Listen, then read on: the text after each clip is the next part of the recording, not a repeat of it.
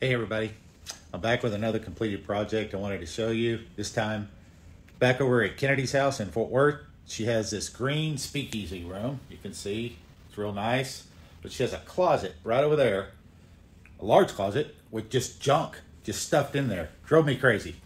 So we decided we'd put some cabinets in there, help her get organized. She wanted a broom closet for her brooms and her mops. Because of the depth of the closet, we needed to cut a pantry cabinet in half and make sure that the cabinets were all organized in a manner that the drawers and the doors, all the doors could open and all that good stuff. So we used some quartz countertops and backsplash that she had left over from the original remodel of the house. Installed some LED lights, put in a wine rack, and also put in a receptacle for her Christmas tree so that she didn't have cords running everywhere.